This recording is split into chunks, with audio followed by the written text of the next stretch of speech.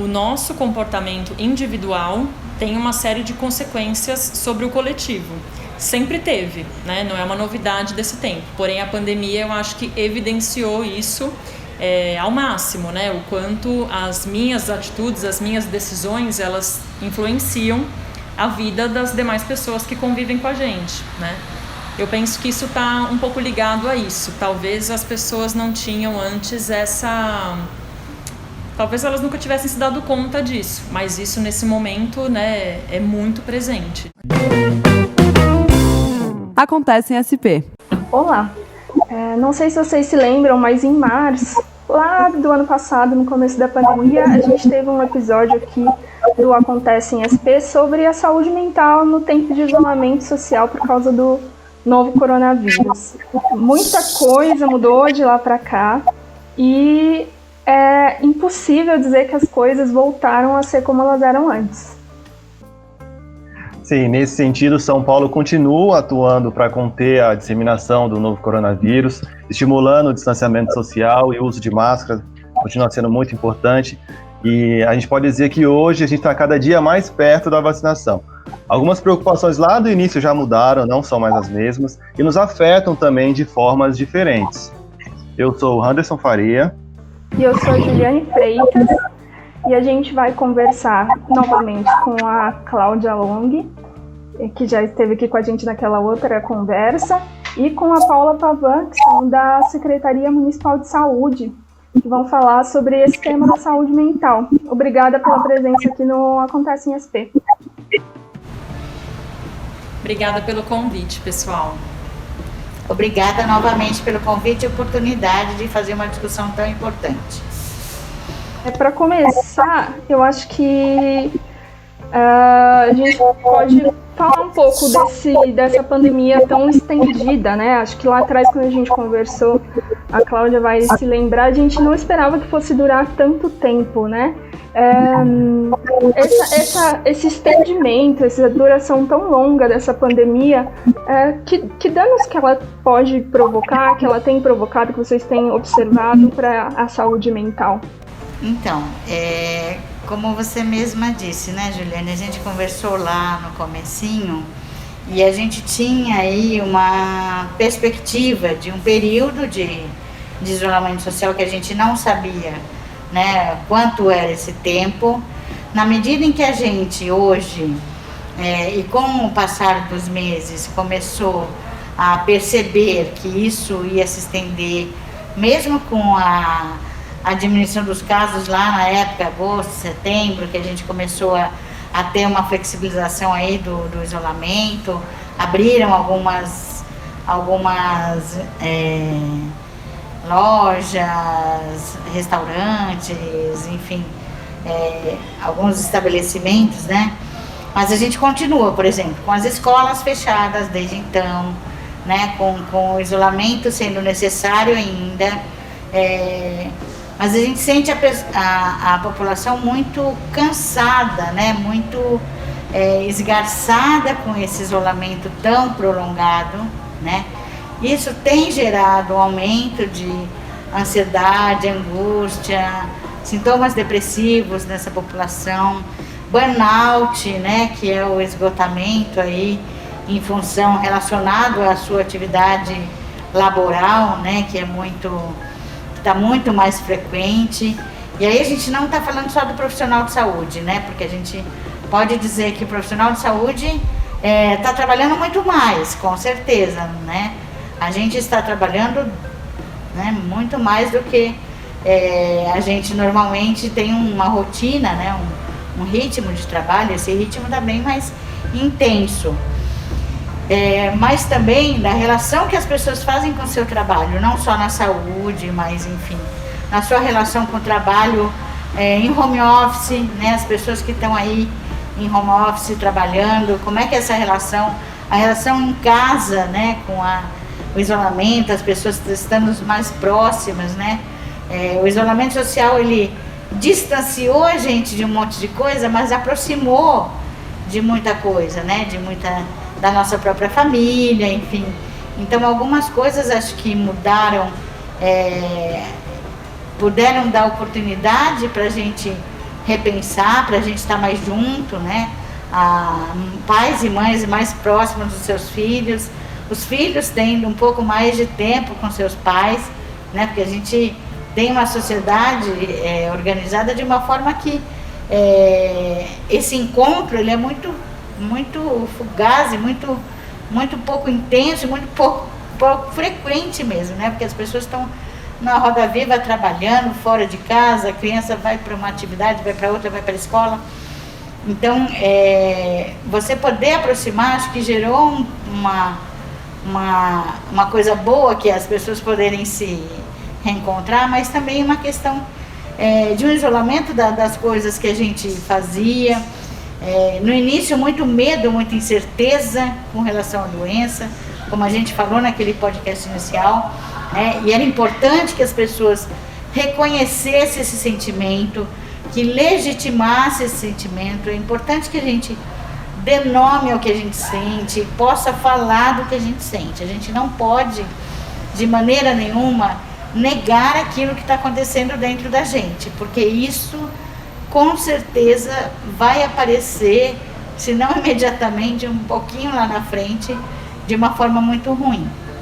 Então é muito importante que a gente faça isso, né, Paula? Eu acho que teve também uma adaptação que foi muito necessária de transformar toda a nossa rotina para se adequar a todos esses protocolos que são necessários, né, da gente estar vivendo num momento como esse. Então, todas as reuniões que eram presenciais passaram a ser virtuais. E eu acho que para quem está em home office esse tempo todo, isso também foi muito pesado, né?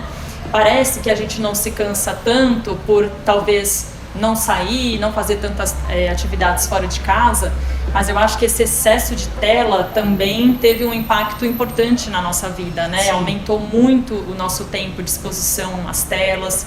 Isso também gera um cansaço mental muito maior, né? Eu acho que hoje também algo já mudou dentro da nossa cabeça, né? Eu percebo que, assim, quando a gente está sei lá, se eventualmente a gente vai fazer alguma atividade ou vai no mercado, alguma coisa que a gente precise comprar e a loja está muito cheia, já dá aquele mal-estar, né? Coisas que antes a gente não repararia, eram coisas comuns, né, da nossa rotina, e eu acho que isso tudo já virou uma chave, né, na nossa cabeça. Eu acho que, de certa forma, uma certa adaptação já ocorreu, outras coisas acho que ainda é muito difícil da gente se adaptar, né? E complementando só, esse isolamento gerou na gente uma série de questionamentos, né? Será que eu preciso de tudo isso que eu ia buscar? Será que essa intensidade com que eu fazia as coisas é realmente necessária, né? Como é que eu faço para encontrar o outro, né? É importante o encontro, é super importante, né?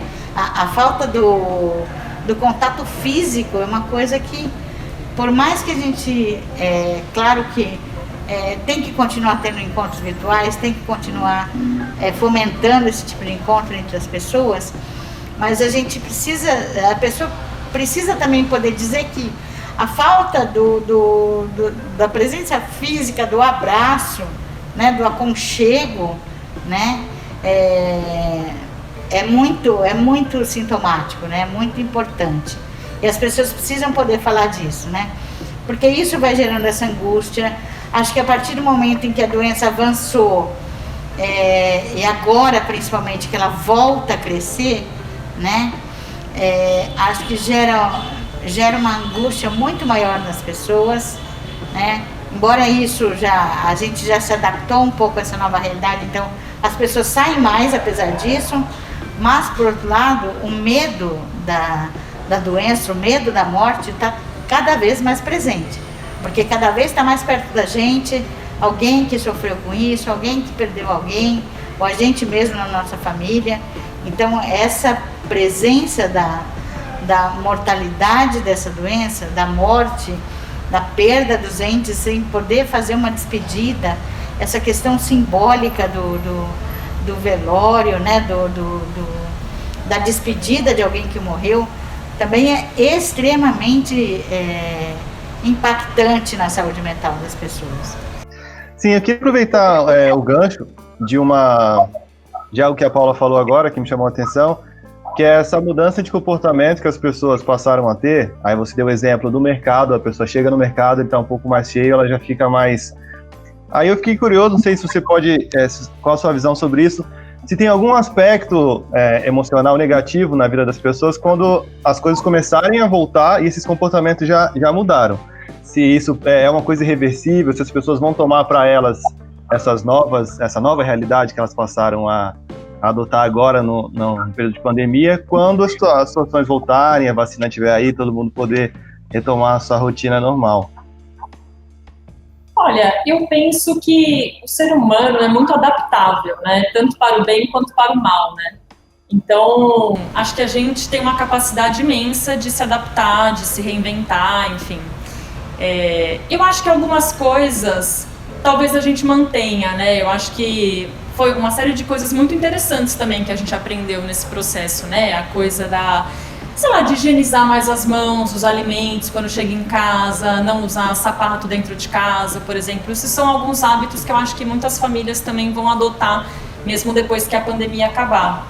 Mas eu penso que não, eu acho que quando a pandemia for controlada, né, a gente puder circular com mais tranquilidade, eu acho que também rapidamente a gente vai se adaptar, talvez a uma nova realidade, né, que não é exatamente a que a gente tinha antes da pandemia e nem a situação que a gente vive hoje, né, vai ser uma nova necessidade, mas que eu penso que o ser humano tem essa capacidade muito intrínseca, né, de se adaptar e isso vai ser tranquilo. E uma coisa que eu percebi também durante esse tempo todo de pandemia é que no começo as pessoas estavam mais disciplinadas a se manter no isolamento, né, seguir as regras com mais rigidez, e aos poucos esse isolamento extremo foi ficando um pouco insustentável para muitas pessoas, né, que realmente sentiram muita falta de se relacionar, se sentiram muito sozinhas e precisaram de um apoio. Esse contato mesmo, o que a gente até chama de furar a pandemia, se realmente é necessário para manter a sanidade ou existem outras alternativas que a gente pode recorrer? Sabe o que eu penso sobre isso? Eu acho que no início da pandemia as pessoas tinham muito... Como a gente não imaginava que essa situação perduraria por tanto tempo, era muito comum a gente ouvir falas assim, né? Mas então quando isso tudo acabar, não vejo a hora disso tudo acabar e a gente poder voltar ao normal e poder se encontrar. Eu penso que assim, hoje já não dá mais pra gente achar que a gente só vai viver quando a pandemia acabar, né? Porque afinal das contas já se passou quase um ano que a gente tá vivendo dessa forma, né? E eu penso que o que é mais necessário é a gente aceitar que essa é uma realidade, né, do nosso tempo, não só para nós, mas para o mundo inteiro, literalmente, né? E a gente precisa adequar essa nossa necessidade de contato social com os protocolos que a gente tem no momento. Então eu acho que assim, a gente precisa normalizar mais o fato de que as reuniões de família vão ter que ser ao ar livre, vai ter que ser com todo mundo usando máscara, né, com todo mundo respeitando o distanciamento, os protocolos de higienização. E tá tudo bem, isso é necessário para o momento, né, do que a gente achar que é possível a gente se isolar completamente do mundo, da nossa rotina, porque quando isso tudo acabar, a gente vai retomar. Eu acho que esse pensamento já não cabe mais no momento, né? Acho que é isso mesmo, né, Paula? Porque, como eu falei no início, isso foi esgarçando, esse isolamento foi esgarçando um pouco o emocional das pessoas, né? As pessoas no início tinham essa expectativa, a hora que tudo isso acabar, volta ao normal. Passa um mês, passa 2, passa 3 e as coisas não voltam ao normal, né? Acho que aí começa, como a gente chama, a cair a ficha, né, das pessoas, que aquilo vai ser por mais tempo. E no início também tinha uma questão de muito medo de algo desconhecido, muito grave, muito desconhecido, né? A própria mídia, né, explorando muito as questões das situações mais graves, dos casos graves, né? Tanto que uma das dicas que a gente dava, né, não fica o tempo todo ouvindo notícia do Covid, né? Não fique o dia inteiro ouvindo querendo saber número de casos, quantas mortes, né? Porque isso, de fato, vai gerar uma angústia muito grande, né? E eu acho que as pessoas foram pela necessidade, né? O ser humano é um ser social, a necessidade de se relacionar, ela necessariamente gera essa busca pela aproximação, né? O que a gente precisa ter agora, mais do que nunca, é essa conscientização que a Paula está falando, de conseguir fazer o encontro de uma forma bastante consciente, bastante responsável, né, se a gente pode chamar assim, para evitar que a gente leve a doença para os nossos próximos parentes, amigos, ou que a gente pegue a doença, enfim, que a gente possa diminuir essa transmissibilidade garantindo esse isolamento. Então, mas a gente sente que tem pessoas já entendendo que tem que ser desse novo jeito e tentando fazer desse jeito, mas tem pessoas que estão tão estressadas, tão esgarçadas com essa situação, que a gente percebe muita gente negando esse momento e saindo sem máscaras. A gente viu nos feriados, final de ano aí, muita gente em grandes reuniões, nas praias, né? Enfim, onde é mais evidente isso, muita gente, e as pessoas todas juntas, sem máscara, enfim, sem garantir distanciamento, sem garantir isolamento, né? Enfim, isso com certeza vai impactar no número de casos, né? E a gente precisa lembrar que para a gente ter sucesso nisso, cada um tem que entender que não é cuidar só de si, né? É cuidar do outro também, né? E isso é muito difícil para o ser humano. Vocês acabaram de citar alguns exemplos que fizeram com que as pessoas saíssem um pouco de casa nesse período, seja a necessidade de se relacionar, ou à medida que as pessoas foram conhecendo a doença, ela deixou de ser um fator totalmente desconhecido. E isso gerou um movimento, sobretudo nas redes sociais, mas também pessoalmente, de uma certa patrulha de pessoas que condenavam ou tentavam adivinhar ou julgar os motivos que fizeram uma pessoa sair da quarentena, seja por qual motivo. Queria perguntar para vocês como que é possível analisar esse aspecto da saúde mental, seja tanto de quem recebe essas críticas, como de quem faz também essa patrulha. Eu acho que o julgamento é algo muito próprio do ser humano, né? Acho que a gente é sempre muito rápido em julgar, né? Mas eu penso que esse momento requer muito bom senso, né?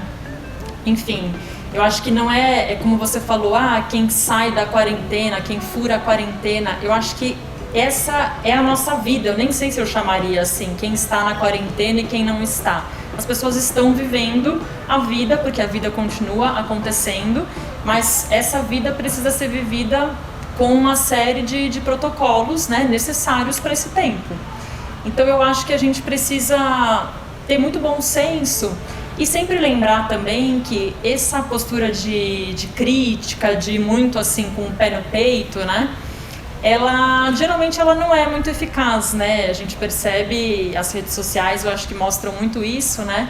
Mas as pessoas estão ali despejando, né, uma série de descontentamentos, mas isso efetivamente produz muito pouco mudança, né? Eu acho que quando a gente coloca as coisas em tons, né, mais informativos, educativos, acho que todo mundo passou um pouco por isso também com as suas famílias, né? Meus pais já são idosos, todos nós tivemos um momento de ter que explicar isso, falar, olha, né, você precisa se proteger um pouco mais, não é uma questão de tolher a sua liberdade, né, mas são cuidados que o momento requer.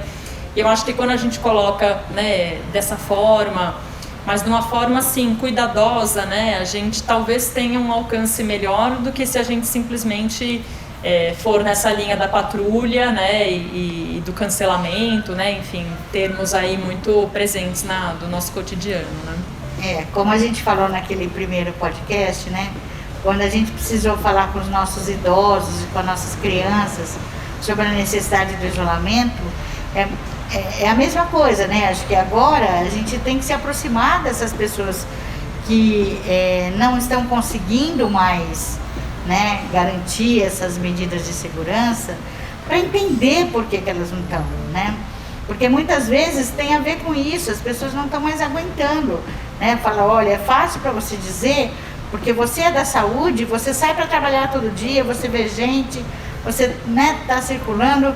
Agora eu não tenho ninguém, eu tô aqui sozinho em casa, né? Como é que você vai julgar, né, uma pessoa que está totalmente isolada? É difícil, é muito mais difícil, e tem a ver com como cada um vivencia esse momento. Então é muito difícil, porque você tem que passar o tempo inteiro do individual para o coletivo, né? Voltar para o individual para entender o comportamento e devolver isso para o coletivo para mudar comportamento, sem julgamento. Acho que o julgamento nunca leva ninguém a lugar nenhum, né? Julgar a atitude do outro é você olhar por cima, né? Você dá uma olhadinha assim, de alto, assim, e fala, olha aquela gente toda ali na praia, olha que absurdo, né? Mas vamos tentar entender o contexto de o que levou essas pessoas a essa mudança de comportamento. E vamos tentar mostrar para elas que ainda é importante. Por que é importante ainda, né? E o que a gente pode fazer para ajudá-las a conseguir retomar esse comportamento de isolamento, de distanciamento, garantindo, existem 1000 formas da gente lidar com isso, né? O comércio se adaptou, né? A gente vê hoje, por exemplo, o supermercado abre às 7 da manhã para os idosos irem primeiro, né? A nossa eleição foi organizada de uma forma que os idosos vão primeiro, né? Não se aglomeram com os demais. Então a gente precisa também dar condições para que as pessoas fiquem em segurança, mas não negar que elas, olha, você não pode, né, usar, como a gente fala, uma atitude de poder de polícia, né? Olha, eu tô aqui te criticando, você é errado, né? Botar o dedo no nariz, né, o pé no peito, como a Paula falou. Isso não produz modificações frutíferas, isso produz reações geralmente muito mais de endurecimento da postura do que mudança mesmo de comportamento. Por um outro lado, eu já observei aqui, também trago até para discussão, quero saber o que vocês acham sobre isso, de pessoas comentando, falando que algumas pessoas que estão sendo, que não estão se cuidando, que estão sendo inconsequentes no cuidado da máscara e tal, e estão usando esse pretexto, né, são o que as pessoas têm alegado, estão usando como pretexto a questão da saúde mental. Vocês acham que isso ocorre mesmo? Que isso é legítimo? Pode ser uma máscara para algumas pessoas justificarem porque não estão cumprindo os protocolos? O que vocês pensam sobre isso? Eu acho que isso tem um fundo de verdade, mas talvez não como as pessoas, não nessa linha que as pessoas usam para justificar, né, esses comportamentos de não adesão aos protocolos necessários, né, para um momento de pandemia. Mas eu penso que muito nessa linha como a Cláudia falou, talvez a gente pudesse analisar esse comportamento como um sinal de que tem algo por trás, tem um sofrimento ligado à saúde mental por trás desse comportamento, né? E talvez se a gente conseguir olhar para esse comportamento com essas lentes, né, digamos assim, a gente vai conseguir compreender um pouco melhor o que essa atitude, né, de negação da pandemia quer dizer. O que tem por trás disso, né? É o medo da morte, é o medo de perder pessoas queridas, né? É uma ansiedade de que a vida pode estar acabando, então eu tenho que fazer tudo que eu quiser, porque, né, as pessoas se deram conta da brevidade da nossa vida, que na verdade isso é algo que sempre esteve presente, né? Mas talvez com a nossa cultura antes da pandemia a gente nem se dava muito conta disso, né? E talvez o cenário da pandemia, do número de mortes, tem feito as pessoas refletirem um pouco mais, né, sobre a vida, sobre a nossa brevidade, sobre a fragilidade, né, da vida humana. E talvez isso esteja por trás, isso possa ser trabalhado como um elemento que faz parte da saúde mental. Não dessa forma como as pessoas usam para justificar, né, comportamentos de negação da pandemia, né?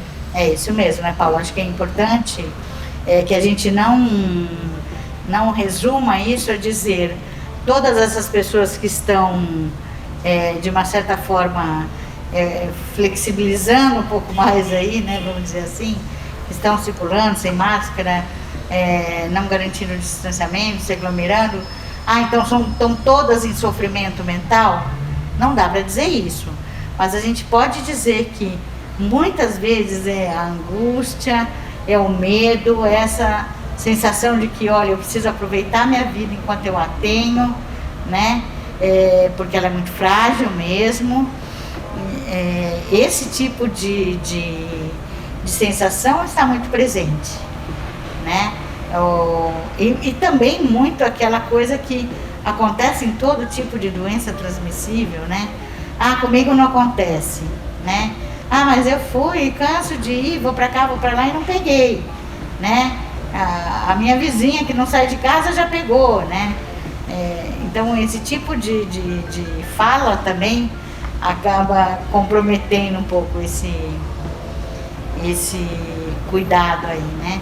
Mas acho que tem sim, tem muita gente com sofrimento e que esse sofrimento leva as pessoas a não tolerarem mais esse isolamento. Sim, isso está muito presente. Vocês acham que existe também um sentimento que pode estar ligado à pessoa não se sentir livre, sentir que ela está sendo controlada com toda essa ordem do que ela pode fazer, o que ela pode não fazer? Isso pode alterar também o comportamento dela nessas escolhas no meio da pandemia? Eu acho que também isso tem um pouco de relação com o que a gente falou um pouquinho atrás, né? O nosso comportamento individual tem uma série de consequências sobre o coletivo. Sempre teve, né? Não é uma novidade desse tempo. Porém, a pandemia, eu acho que evidenciou isso ao máximo, né? O quanto as minhas atitudes, as minhas decisões, elas influenciam a vida das demais pessoas que convivem com a gente, né?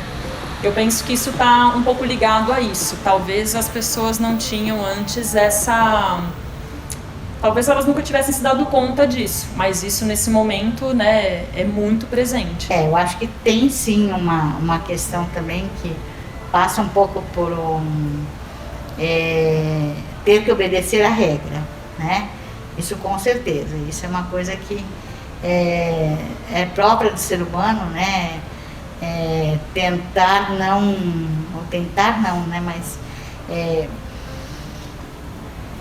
ter sempre aquela sensação de que nem todas as regras eu preciso seguir, né?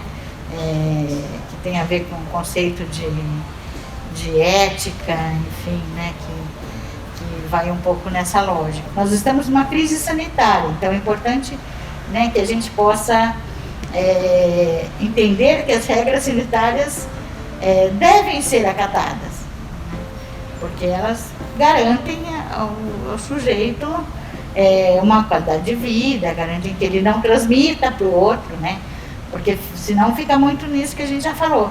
Eu fui para lá, fui para cá e não peguei. Você não pegou, mas você sabe, primeiro que assim, você pode ter pego, não fez exame, nem sabe que tem, né? Você pode ser assintomático, você pode transferir para alguém, né? Você pode se transmitir, então é uma cadeia de gente que você tem que pensar, não é só, e nem só na sua família, né? Em todo lugar por onde você passou. Então é muito importante que a gente possa pensar de novo no coletivo, né?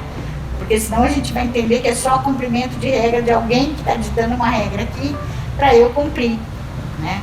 Acho que não é exatamente isso. Legal, eu queria voltar um pouquinho na questão do isolamento, e uma coisa que eu acho que é quase que um consenso é a percepção de tempo alterada que praticamente todo mundo teve. Eu acho que todo mundo já ouviu esse comentário de que esse ano passou muito rápido, eu nem vi o ano passar. Eu queria saber, para a opinião de vocês, o que explica essa alteração na percepção de tempo. Acho que o tempo não passou mais rápido, mas todo mundo teve essa percepção. O que explica essa alteração? Eu penso que todos nós tivemos que vivenciar uma alteração muito importante, né, da nossa rotina, dos trajetos, das formas de fazer as coisas que a gente fazia. E um tanto da nossa percepção do tempo também está ligado a um certo costume, né, que a gente tem de viver a nossa rotina de uma determinada forma, de se deslocar pela cidade, né? Então, quanto tempo eu levava para chegar no trabalho, usando o transporte público, se nesse momento eu decidi ir de carro, quanto tempo eu vou demorar. Então, assim, acho que essas mudanças de rotina tão intensas, né, que todos nós tivemos que fazer para nos adaptar ao momento, é o que faz também essa sensação de tempo ficar muito diferente, né? Porque, de fato, houve uma mudança muito radical de rotina, né? Acho que para todos nós, né? A rotina acho que é fundamental. Essa mudança de rotina, não ter uma rotina, né? Acho que gera muito essa sensação mesmo, de que então eu não tenho... Porque aí eu não vivo tão intensamente aquilo tudo que eu vivia, né? Então não é assim, olha, todos os dias eu levanto a tal hora, meu filho vai para a escola, minha filha vai para a escola, eu vou para o trabalho, meio-dia eu tenho que pegar uma na escola, depois o outro sai 12:30. E aí, assim, você não tem mais essa rotina tão estabelecida, tanto que eu acho que para quem está em home office isso deve ser um desafio muito maior, né? Porque é você ter que garantir continuar trabalhando e ao mesmo tempo você está com seus filhos em casa, a família toda em casa, e aí as pessoas têm que, né, como é que você se adapta, como é que você combina com as pessoas de casa, olha, agora é meu horário de trabalho, agora não dá para você entrar aqui no quarto, né, que eu estou trabalhando, né? Então isso tudo gerou uma intensificação das relações dentro de casa, uma diminuição drástica das relações externas, né? Mesmo com a tecnologia hoje, mas a gente não pode negar que o contato interpessoal, né, diminuiu bastante. E acho que isso também, essa vivência de não ter mais tanta intensidade de atividades, com certeza impactou aí nessa percepção de tempo. Continuando mais ou menos nesse assunto de tempo, vocês até já comentaram, pode existir uma sensação, uma ânsia por aproveitar a vida, né? Você sentir que você não está aproveitando as coisas, está no mesmo dia, no mesmo ambiente, com as mesmas pessoas, não tem tanta variação de estímulos, né, de atividades. O que a gente poderia sugerir, exercícios, atividades, ou até uma perspectiva mesmo, para a gente estimular esse sentimento de se sentir vivo mesmo, sentir que está desfrutando a vida, de que a vida é agora e não quando a pandemia acabar? Acho que é fundamental isso que você está trazendo, Juliane, porque a gente precisa de fato, né? Primeiro falar dessa sensação, falar desse medo, falar desse receio. Olha, eu preciso viver intensamente porque eu não sei até quando, né? A minha vida vai se estender, é tudo muito, muito frágil mesmo, ficou muito escancarado pra gente que a vida da gente, ela é muito frágil, né? Depende muito de uma série de coisas. Então acho que falar muito disso, e aí se a pessoa se sente muito angustiada com isso, procurar ajuda psicológica, principalmente, caso esse sofrimento seja muito intenso, procurar ajuda psiquiátrica inclusive, né, para pensar em alguma coisa que possa diminuir um pouco essa tensão, e procurar atividades físicas, atividades, meditação, que é uma prática muito, muito útil nesse momento, e você buscar uma introspecção, você buscar uma concentração maior, para buscar mais foco naquilo que você está fazendo. Isso ajuda muito você lidar com esse momento, poder entender que assim, vamos viver um dia de cada vez, né? Não porque amanhã pode não existir, mas porque a gente precisa viver intensamente a vida, né? Sem, né? Não apenas por medo de que amanhã pode não haver mais para mim, mas no sentido de valorização da vida, que é o que a Paula falou. Você valorizar muito mais a vida. Então, atividades físicas ajudam a liberar um hormônio que a gente tem no próprio organismo, né? Uma substância chamada endorfina, que dá a sensação de prazer, de bem-estar, eleva o humor da gente. Então, ajuda muito nesse sentido. Que mais, Paula? Completa aí. Eu penso que talvez uma consequência da pandemia, estava aqui pensando, né? Que vai ter um impacto positivo sobre a saúde mental, é justamente essa imposição do isolamento. Ela naturalmente leva a gente a se olhar um pouco mais, né? E continuando um pouco isso que a Cláudia falou, né? As famílias começaram a cozinhar mais o próprio alimento, né? Eu acho que o tema do autocuidado está muito em alta, né? As pessoas estão se cuidando mais, se olhando mais. E um pouco na linha do que a gente falou antes, né?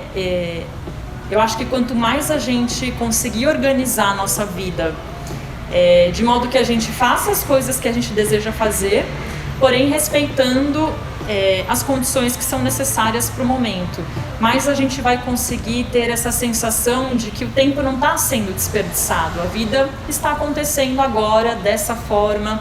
Então, mesmo atividade física, tem tantas opções que dá pra gente fazer hoje na internet, gratuito, né? Aulas online. Acho que teve muitas coisas que a gente fazia que a gente foi aprendendo como adaptar isso para nossa rotina, né? Muitas famílias na pandemia adotaram animais de estimação, né? Eu acho que isso também traz uma mudança super positiva, né, na rotina, traz uma outra energia para dentro de casa. E essas atividades mesmo mais focadas no autocuidado, na meditação, no cuidado com o corpo, no cuidado com a alimentação.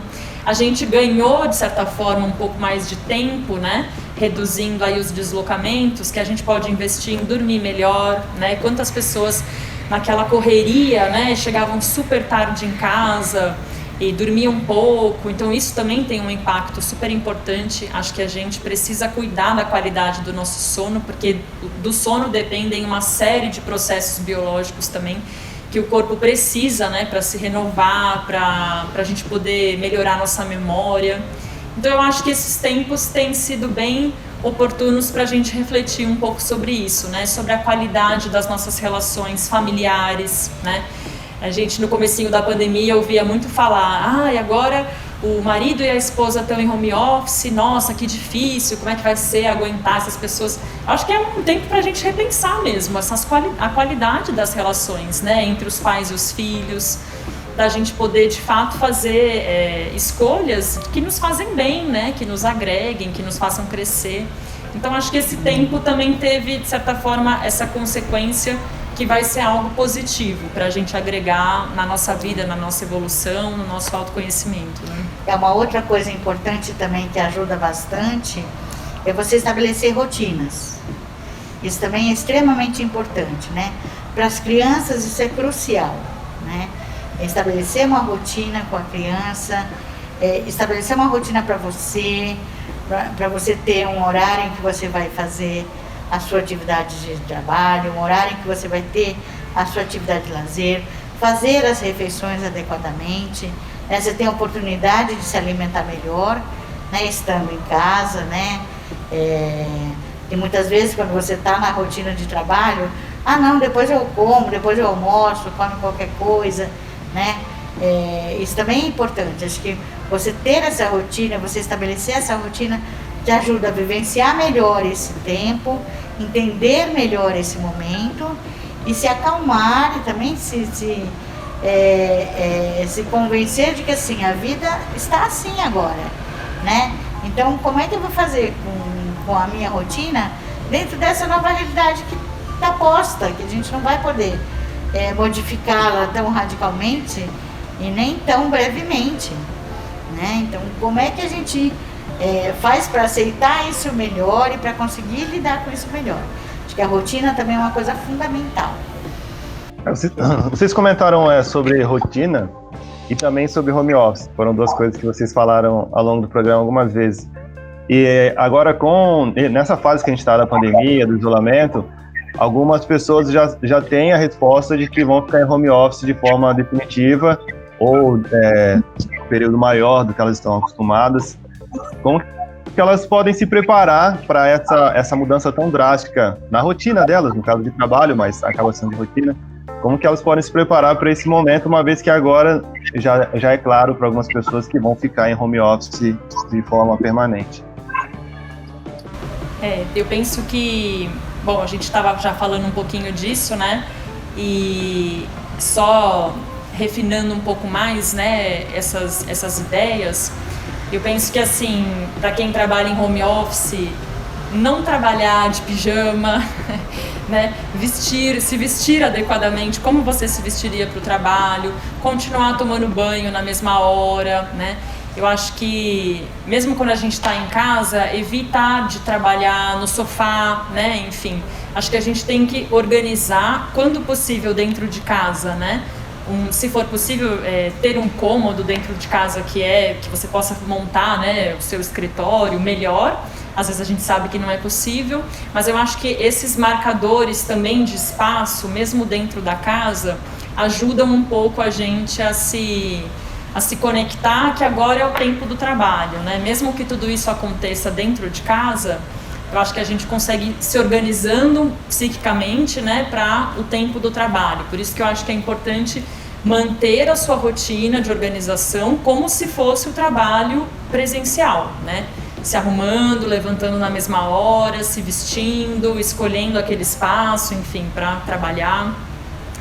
E eu penso que também a gente falou um pouco disso, né? A questão das crianças, né? Muitas famílias aí que estão em home office, eventualmente as crianças, né, entram nas reuniões de vídeo, enfim. E eu acho que também a gente precisa normalizar um pouco isso, né? Eu acho que isso faz parte dessa nova fase, dessa nova adaptação. O trabalho invadiu a vida doméstica, né? E essa adaptação, ela é necessária. Eventualmente vai ter o seu cachorro latindo, eventualmente tem uma obra, né, no seu vizinho que vai te atrapalhar ali no momento da reunião. E eu acho que isso faz parte. Acho que a gente precisa ter uma postura de aceitação, né, dessas condições e tentar se organizar da melhor forma possível para que essa experiência do trabalho seja proveitosa, né, nessa nova fase dentro de casa. Uma coisa importante é a gente garantir que no home office a gente tenha conforto, segurança, que a gente pense num espaço adequado. Por exemplo, a cadeira que a gente vai sentar para quem trabalha com computador o dia inteiro é fundamental, né? Precisa ser uma cadeira adequada, precisa... É um desafio pensar nisso numa cidade. No Brasil, a gente pode dizer, né? Onde a gente tem uma dificuldade de acesso a recursos, né? Mas poder pensar que, assim, o ideal é que a gente está falando aqui do que é o melhor, né, para pensar. E o melhor é essas condições de trabalho bastante favoráveis, porque senão realmente vai gerando, né, a gente sabe de uma série de doenças, uma série de agravos relacionados ao trabalho, que tem a ver ou com essa questão ortopédica, com a questão psíquica também, né? Você tem um ambiente muito tumultuado, né? Como é que você vai conseguir lidar com isso? O desafio para muita gente que não tem... no trabalho sempre tem alguém do lado, né, que ajuda. Olha, eu não consigo entrar aqui nesse arquivo, não consigo mexer. Tem sempre alguém que conhece mais, né, ajuda a gente. Tem muitas pessoas que têm, vamos dizer assim, que nasceram no século passado e que não têm ainda tanto manejo para lidar em casa com a tecnologia, por exemplo.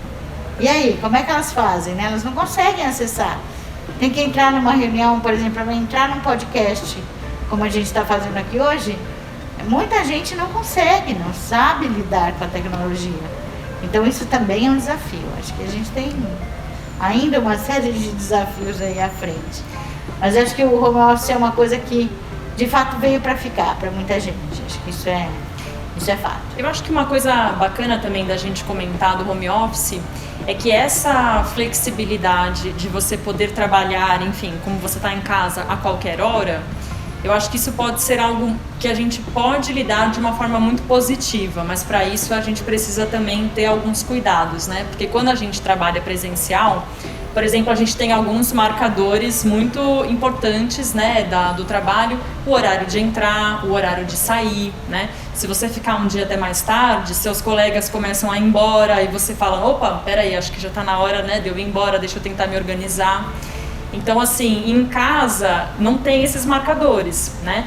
Então a gente também precisa tomar um pouco de cuidado para não trabalhar excessivamente, né? E se perder completamente no tempo do trabalho e no tempo do não trabalho, né? A rotina ajuda muito a garantir esses espaços. Isso. E lembrar também de fazer pausas, né? Parar para almoçar. Então, naquele momento ali do almoço, você não vai trabalhar, você não vai trazer o prato na frente do computador, você vai sair um pouquinho, como você faria, né? No trabalho presencial. Acho que para quem trabalha com criação, isso também tem um impacto muito grande, né? Porque no presencial, como a gente disse, você está do lado dos seus colegas, você conversa, você tem estímulos, né? E quando você está em casa, sozinho, como é que a gente pode fazer para se adaptar para que também isso seja um pouco mais tranquilo? Então, na hora do almoço eu vou dar uma volta no quarteirão, eu vou aproveitar para levar meu cachorro para passear, ou eu vou deixar a chamada de vídeo ligada com algum colega e a gente vai trabalhando e vai conversando. Então, acho que são coisas que a gente precisa pensar para nos ajudar a ter esses marcadores sociais, né, para que o tempo do trabalho não ocupe completamente, né, a sua vida. Acho que isso para as mães é muito interessante, para os pais, né, com crianças pequenas em casa, dá para a gente se organizar melhor com essa flexibilidade, mas eu acho que a gente tem que ter alguma organização, senão também o trabalho toma completamente o tempo em casa, né, e fica muito difícil essa adaptação. Eu queria mudar um pouco de assunto agora para falar sobre os impactos da Covid mesmo, né, na nossa vida. A gente falou da pandemia, como ela nos afetou, a gente vivendo em quarentena, mas quem esteve mais próximo da doença, a gente sabe que muitas pessoas perderam entes queridos, perderam familiares e ainda lidando com essas mudanças no cotidiano e nas rotinas, né? Quais são os impactos, né, da gente ter esse momento? A senhora já comentou um pouquinho, né, doutora Cláudia, da questão do luto, né, dos velórios e tudo. Como isso pode impactar, né, na vida das pessoas? Isso pode até... A pandemia e a Covid podem deixar traumas para algumas pessoas? Na verdade, a gente vai ainda observar muita coisa, né? A gente está ainda no meio dela e muitas coisas já apareceram. A procura pelos serviços de saúde mental, os CAPs, hoje, aumentou bastante com demandas de ansiedade, depressão, uso de drogas e álcool, pessoas buscando mesmo ajuda nesse momento. Por conta dessa questão da pandemia. Acho que várias coisas, né, impactaram aí na saúde mental com relação à doença. Uma das coisas principais, as pessoas que estiveram hospitalizadas, né, principalmente no início da pandemia, elas ficavam isoladas, sem contato, sem poder receber visitas de familiares ou de amigos, né? Os familiares do lado de fora sem notícia nenhuma, né, ou com muito pouca informações basicamente técnicas, né. Acho que com o tempo, né, as próprias equipes de saúde foram percebendo esse sofrimento no usuário, nos familiares, facilitando um pouco esse contato através de vídeos, chamadas, enfim, o que aliviou um pouco essa tensão.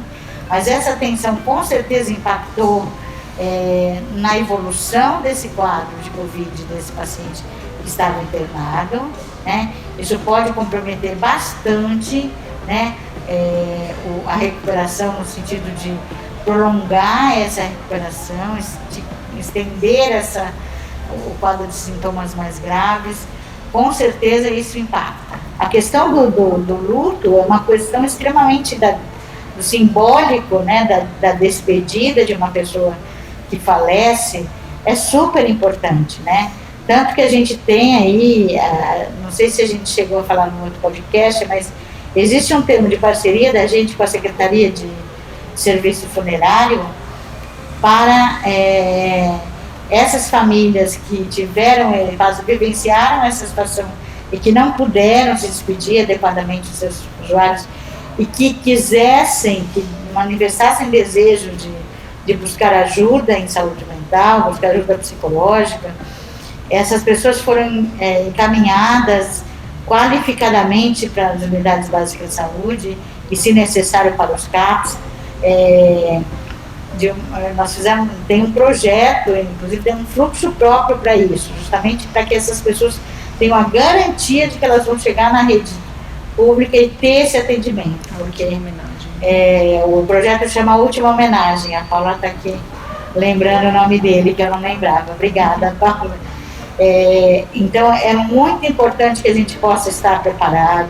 A nossa rede de saúde mental está instrumentalizada para dar apoio a todo esse momento.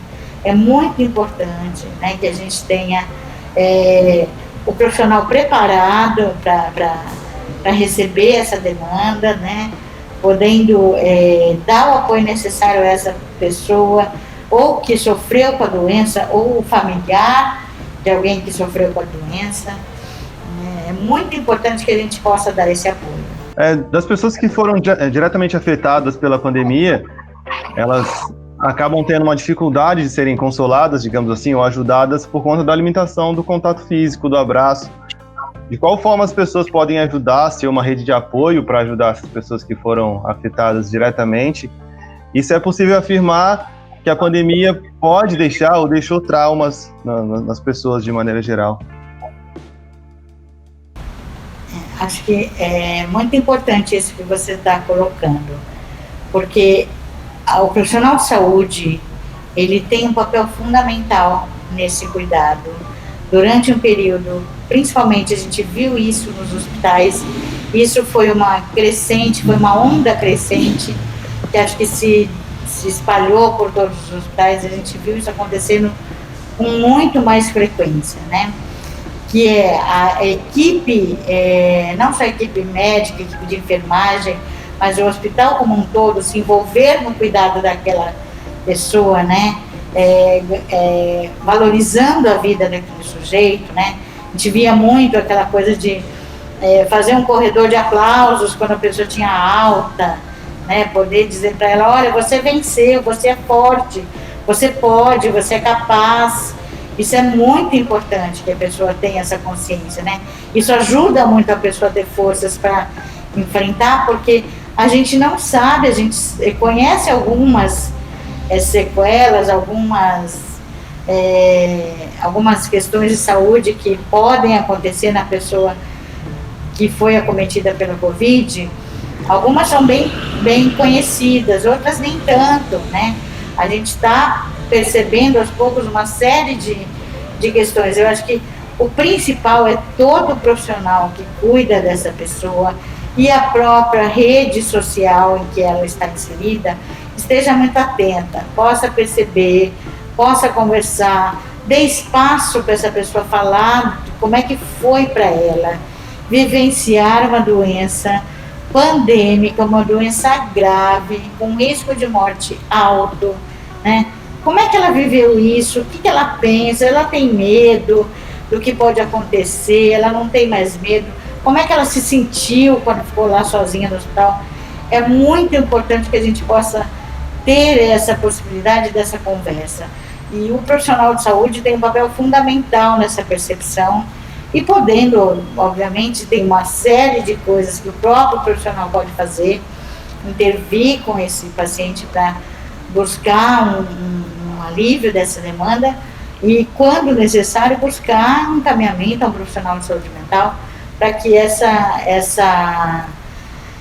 esse sofrimento mental aí decorrente dessa vivência, ele possa ser trabalhado e possa ser sanado, né? Porque a gente precisa, não pode, como eu já falei no início, o Douglas falava isso o tempo inteiro no primeiro pod que a gente gravou lá no começo da pandemia, a gente não pode negar o sofrimento, a gente não pode fazer de conta que ele não existe.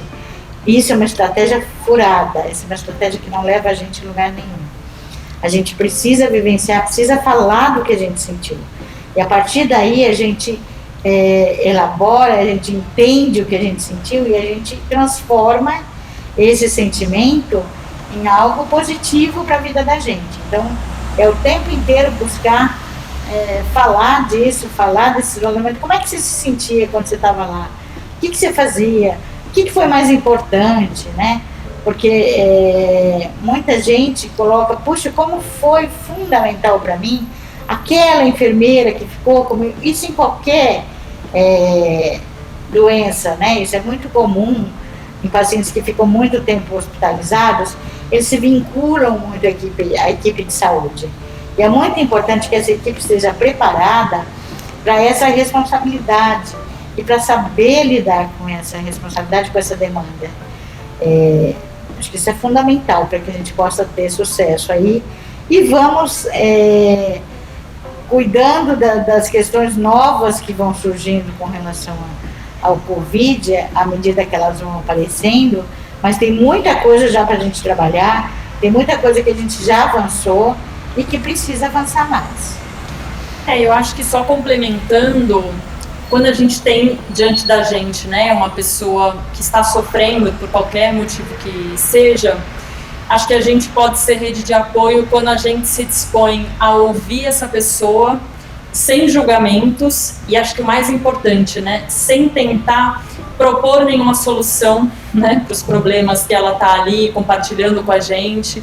Acho que é quando a gente tem uma postura de escuta e de oferecer para essa pessoa o nosso apoio através da nossa presença, que às vezes nem é uma presença física, né, nesse momento, mas é aquela presença no sentido de dizer, olha, eu tô aqui com você, né, independente do que você passou, eu tô aqui junto para estar caminhando com você, sem tentar trazer nenhuma solução, sem tentar trazer nenhuma resposta, né. Eu acho que a nossa força está quando a gente está junto com os outros, e isso é muito poderoso por si só, sem a gente tentar oferecer nenhuma solução. E eu acho que em relação à outra pergunta que o Anderson fez, eu não sei se, acho que eu não diria que a pandemia necessariamente vai deixar traumas, mas eu acho que ela vai deixar, sem dúvida nenhuma, muitas consequências econômicas, consequências sociais, consequências emocionais, né, de saúde, inclusive. E eu acho que a gente precisa estar muito forte, né, e ser muito resiliente para enfrentar o que a gente tem pela frente e como a gente vai lidar com essas consequências todas. Só reforçando a primeira parte da tua resposta, Paulo, você estava falando de um conceito importante, que acho que é um exercício, na verdade, que foi muito, muito presente, que é o exercício da solidariedade. E acho que isso a pandemia nos trouxe de muito positivo, né? A gente poder exercer essa solidariedade, poder estar junto com o outro, poder ajudar o outro naquilo que ele necessita, seja como for, né? Teve uma série de redes solidárias que se criaram no início, de pessoas mais jovens, assim, olha, você que tem mais de 60 anos, que não deve sair, eu faço as compras para você, né? Eu te ajudo a resolver o que você tem que resolver na rua, para você não sair, né? Empresários doando alimentos, coisas para as pessoas que ficaram desempregadas, quer dizer, todo tipo de ajuda, né, solidária, que foi extremamente positivo. Acho que isso aproximou realmente as pessoas e trouxe essa noção de que a gente precisa cuidar do outro. De novo, conceito do coletivo, né? Que acho que o Covid nos traz esse desafio, o cuidado individual para o bem-estar coletivo. É o tempo inteiro isso. Bom, a gente conversou bastante aqui sobre esse tema, um tema bem amplo, mas eu acho que a gente conseguiu abordar todos os tópicos com um bate-papo bem legal. Queria agradecer mais uma vez as doutoras Cláudia e Paula pela presença aqui no Acontece em SP. Muito obrigado, doutora. Se vocês quiserem dizer alguma coisa, fiquem à vontade. Acho que a gente agradece muito, né, o convite, a oportunidade de estar aqui falando desse tema tão importante, né? E a gente fica aqui à disposição. Obrigada, agradeço a todos. Queria dizer que a gente aqui é uma área técnica de saúde mental dentro da Secretaria Municipal de Saúde. A gente está aqui à disposição de todos, né, para que, caso haja alguma dúvida, alguma dificuldade, alguma questão que vocês queiram discutir, a gente está aberto aqui para conversar sobre esse tema quantas vezes forem necessárias. Acho que a gente ainda vai precisar conversar bastante, né, em vários momentos aí dessa pandemia, mas acho que a vacinação está aí, a gente está bastante esperançoso de que isso nos traga uma outra perspectiva dentro dessa doença. Não que ela vai, de fato, a ideia de que a vacina vai resolver a pandemia, vai controlar totalmente a doença, não. Mas acho que ela vai ajudar a gente a repensar uma série de coisas que hoje está difícil para a gente executar, e a gente vai poder fazer isso com mais alegria, com mais proximidade, né? E, enfim, e é isso. Eu queria agradecer mais uma vez a oportunidade de poder falar. É isso, obrigada. E enquanto a vacina não chega, né, enquanto nós estamos todos imunizados, a gente reforça o pedido para evitar, para você, nosso ouvinte ou nosso espectador, que evitar aglomerações, usar sempre a máscara, se cuidar das pessoas da sua família, máscara cobrindo o nariz e a boca, né, porque usar errado Sim. também não adianta. E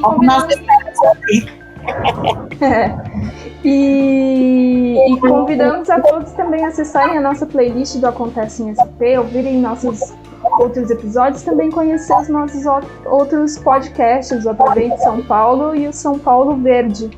Mais informações você encontra no capital.sp.gov.br e até a próxima.